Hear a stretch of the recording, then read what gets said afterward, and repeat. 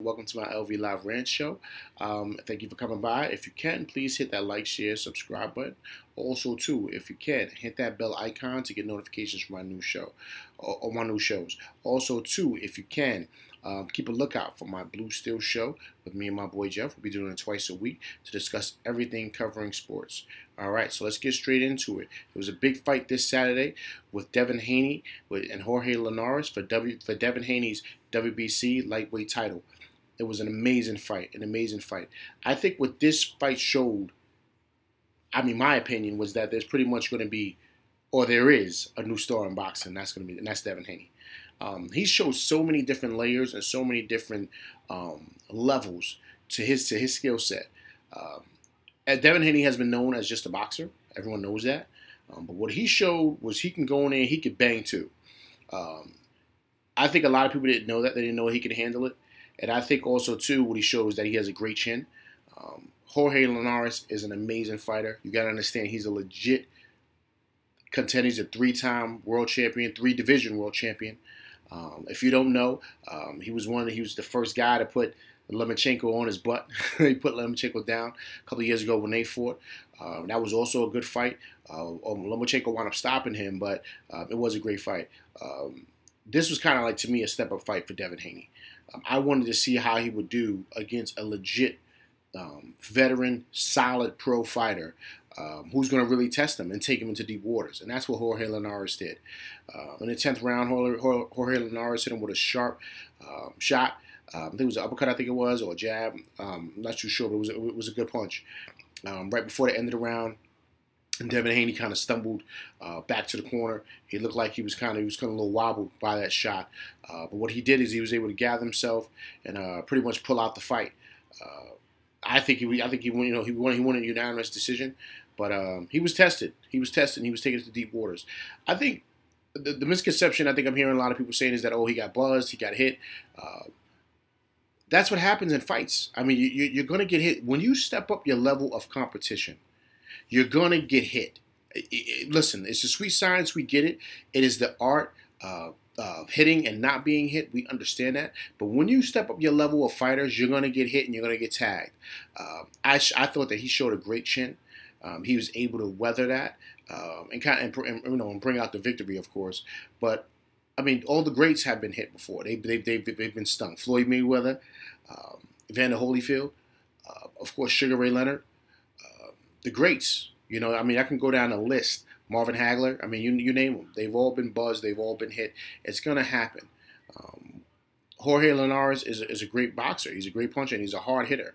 So I'm not surprised that when Devin Haney decided to go in there and get on the inside and start begging that he was going to get buzzed. I kind of had a feeling it was going to happen. But what I liked is that he was willing to do so. He wanted to show the world that, listen, man, look, if it comes to that, I can do that also. I think my opinion is that he's more of an outside guy, a better boxer, sticking the jab, being in and out, of course. But, sometimes in fights, I'm sure you guys know, sometimes you just got to fight the dude, man. They force you into situations to where you have to fight. One fighter that does that to a lot of people today is like Sean Porter. Like, he forces you to fight his fight to where you might want to be at the outside, you might want to stand on the outside jabbing and doing those things, but sometimes they bring the fight to you, man, to where you have to get kind of inside and you have to get on the inside and you got to square it and you got to go toe to toe sometimes. Of course, you can't do it all through the rounds and all through the fight, but you're gonna get caught up. You're gonna get caught up, man. You got to kind of get in there and you got to rumble. And that showed to me the levels and the skill set of what he can do. He had a little bit of Mayweather with him also too. I'm not surprised because he trained in the past with Mayweather's dad, so he's learned a lot of the Mayweather shoulder rolls and a lot of Mayweather skill sets. So I did see a lot of that.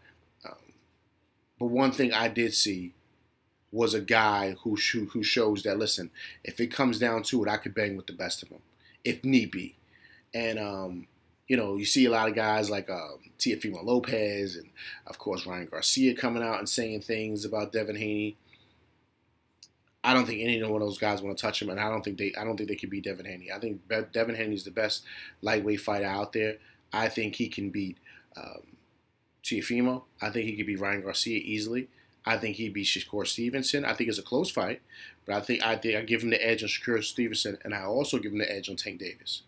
I just think that he just shows just so many different levels. And what I saw this weekend also too was something that we hadn't seen before, in the fact that he's willing to go in there and bang with you if need be. But then he can take a step back and then fight from the outside too. That's hard to do. Most guys are bangers. They're inside. They, but he shows that he can go in and out, in and out, in and out. I could bang with you for maybe a round or two, and then I could take a step back and hit you with the jab. Hit you with the jab. You know what I mean? That jab is lethal, man. I mean, he honestly, in my opinion, he might have the best jab in boxing. Maybe. He's up there, in my opinion. But he looked great. He looked great. He looked great. And he showed me a lot this weekend. He showed me a lot.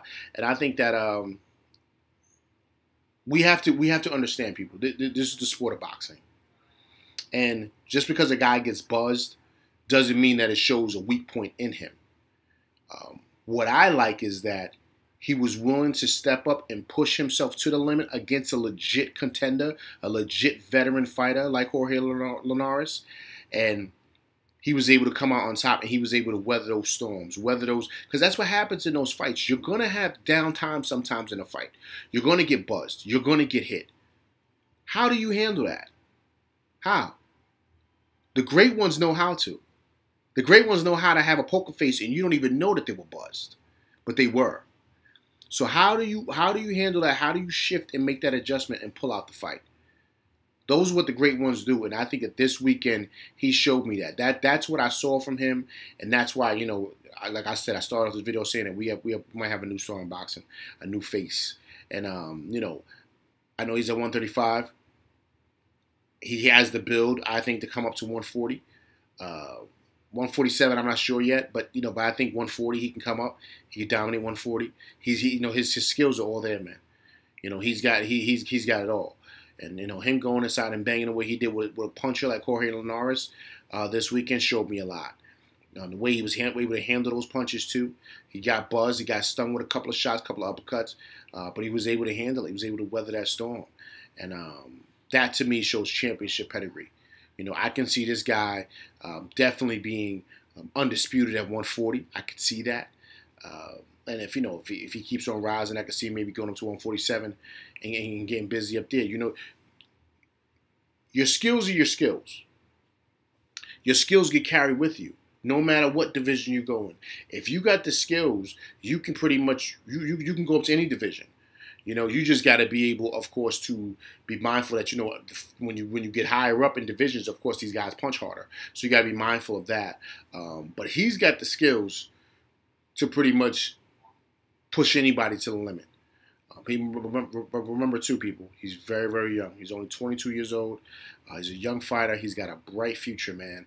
But he's definitely going to be, to me, next coming years, one of the top faces in boxing, because he has the goods. He has it all, and this weekend pretty much showed me that.